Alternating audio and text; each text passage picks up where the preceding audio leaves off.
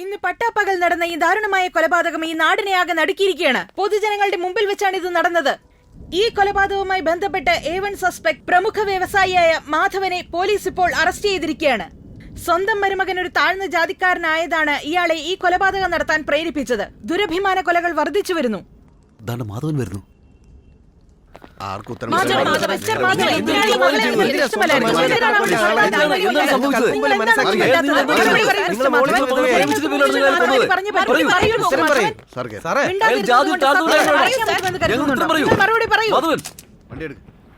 കാലം എത്ര മാറിയാലും ജാതിയുടെ പേരിലുള്ള ദുരഭിമാനം മനുഷ്യന്റെ ഉള്ളിൽ ഇപ്പോഴും വളർന്നുകൊണ്ടേയിരിക്കുന്നു. ഇതിന് കാരണം ആരാണ്? എന്തുകൊണ്ടാണ് സമൂഹം ഇനിയും മാറാത്തത്? ഇത്തരം സംഭവങ്ങൾക്ക് ഒരു അവസാനമുണ്ടാവില്ലേ? ക്യാമറാമാൻ ലോകേഷ് ബാബുവിനോടൊപ്പം അഹല്യ. ആ മാധവൻ ഇങ്ങനെയൊക്കെ ചെയ്യുമെന്ന് ഞാൻ ഒട്ടും പ്രതീക്ഷിച്ചിരുന്നില്ല. എന്റെയും പ്രവീന്റെയും വിവാഹം അദ്ദേഹത്തിന് ഒട്ടും ഇഷ്ടപ്പെട്ടിരുന്നില്ല. അദ്ദേഹം ഇത് പ്രസ്റ്റീജിയസ് ആയിട്ട് കരുതി. അതുകൊണ്ടാണ് നാട് റോഡിൽ എല്ലാവരുടെയും മുന്നിൽ വെച്ച് ഞാൻ കണ്ടുകൊണ്ടിരിക്കുമ്പോ എന്റെ ഹസ്ബൻഡിനെ അവര് കൊന്നു. ഇങ്ങനത്തെ ആൾക്കാരെയൊക്കെ ഒരിക്കലും വെറുതെ വിടാൻ പാടില്ല. ലോയിൽ ഏറ്റവും വലിയ ശിക്ഷ എന്താണോ അത് നൽകണമെന്ന് ഞാൻ കോർട്ടിനെ അപേക്ഷിക്കുകയാണ്. ഇതിൽ നിങ്ങളുടെ ചെറിയച്ഛനും ബന്ധമുണ്ടെന്നാണോ? ഉണ്ടായിരിക്കാം. എന്റെ ചെറിയച്ഛനൊന്നും നല്ലവനല്ല. അദ്ദേഹം എത്ര മോശപ്പെട്ട ആളാന്ന് എന്റെ അച്ഛനമ്മയല്ലാതെ മറ്റെല്ലാവരും പറയും. അദ്ദേഹത്തിന്റെ ജാമ്യത്തിന്റെ കാര്യം എന്തായി? നരസിംഹൻ സാറ് ട്രൈ ചെയ്തുകൊണ്ടിരിക്കുകയാണ് ഏട്ടത്തി. ചേച്ചി, ചേട്ടൻ വരുന്നത് വരെയെങ്കിലും ഞങ്ങളുടെ വീട്ടിലേക്ക് വന്നൂടെ?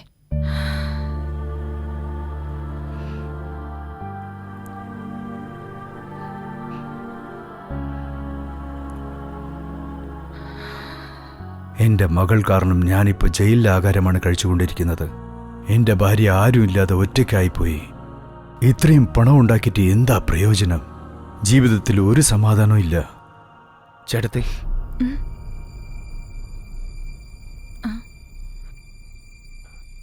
ഫാക്ടറിയിൽ വർക്കേഴ്സിന് സാലറി കൊടുക്കണം ചേട്ടത്തി. ചേട്ടത്തി ചെക്കിൽ സൈൻ ചെയ്യുകയാണെങ്കിൽ കൊണ്ടുവന്നോ? നോക്കിയിട്ട് ഒപ്പിട്ടിട്ട് തിരിച്ചയക്കാം. ആ ശരി ചേട്ടത്തി.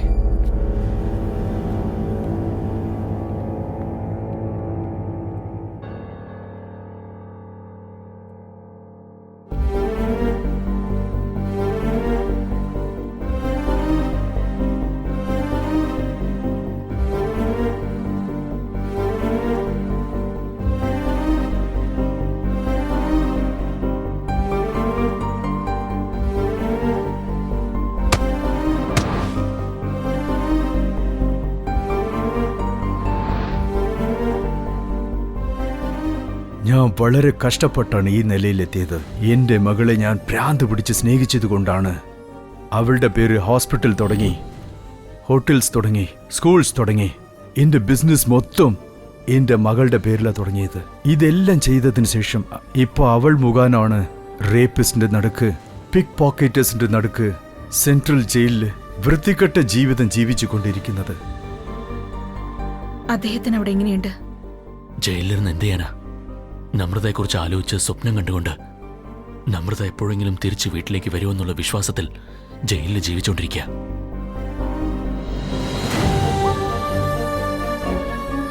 ചേച്ചി, സാറിന് എപ്പോഴാ വരാൻ സാധിക്കുക? വരും. അദ്ദേഹം ഉറപ്പായിട്ടും വരും. ഒപ്പം നമ്രതയും കൂട്ടിക്കൊണ്ടുവരും.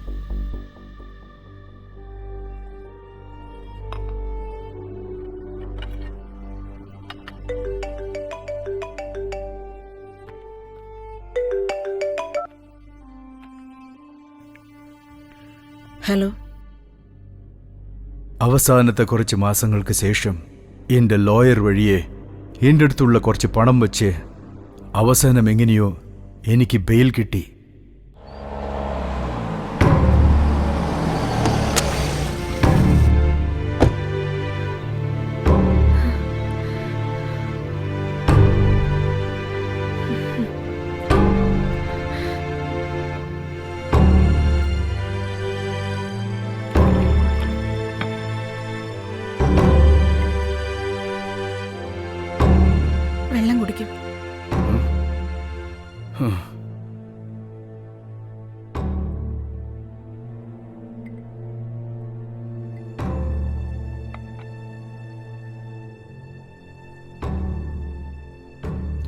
ഞാൻ ചെയ്ത ഈ തെറ്റ് കാരണം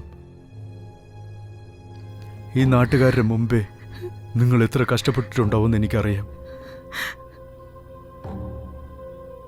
അമൃത, ഇപ്പോഴും ആ പ്രവീൺ നല്ലവനാന്ന് വിചാരിച്ച് ജീവിച്ചു കൊണ്ടിരിക്കുകയല്ലേ?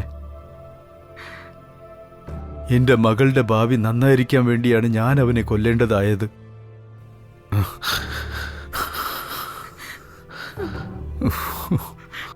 നമൃത എന്തുകൊണ്ടാ ഇനിയും എന്നെ മനസ്സിലാക്കാത്തതെന്ന് എനിക്കൊന്നും മനസ്സിലാകുന്നില്ലടാ.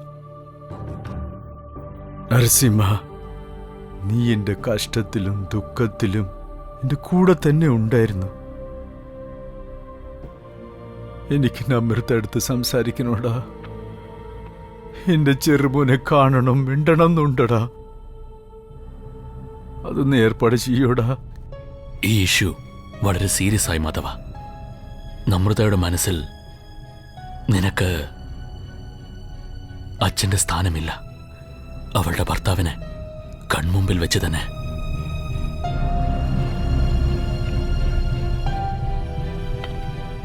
ആരെന്ത് പറഞ്ഞാലും അവളെ കൺവിൻസ് ചെയ്യാൻ പറ്റില്ല. മീഡിയയുടെ മുമ്പിൽ നിന്നെ തൂക്കിക്കൊല്ലണമെന്നും വെറുതെ വിടാൻ പാടില്ലെന്നും അവള് പറഞ്ഞു നടക്ക. ഈ ഒരു സാഹചര്യത്തിൽ ബുദ്ധിമുട്ടടാ. ഇവരെയൊക്കെ വിശ്വസിച്ചിരുന്ന അതൊന്നും നടക്കില്ലെന്ന് എനിക്ക് മനസ്സിലായി. അതുകൊണ്ടാണ് ഞാൻ തന്നെ ഒരു പ്ലാൻ ചെയ്ത് ആവശ്യപ്പെട്ട നമൃതയുടെ കയ്യിലും കാലിലും വീഴുന്നു. ഞാൻ ചെയ്തത് തെറ്റാണെന്ന് സമ്മതിച്ച് നമൃതയെയും ആ കുഞ്ഞിനെയും വീട്ടിൽ കൂട്ടിട്ട് വരണമെന്ന് വിചാരിച്ചു.